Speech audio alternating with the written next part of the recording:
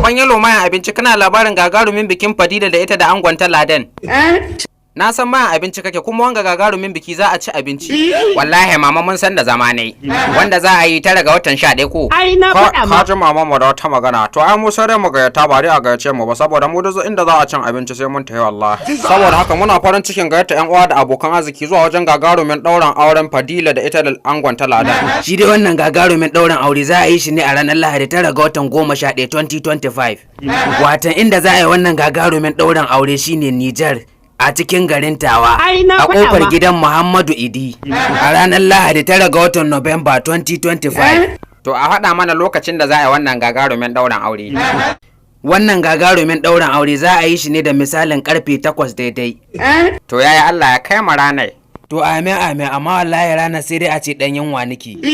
Dan ina ga sai na canya kula biyar ta shinkafa.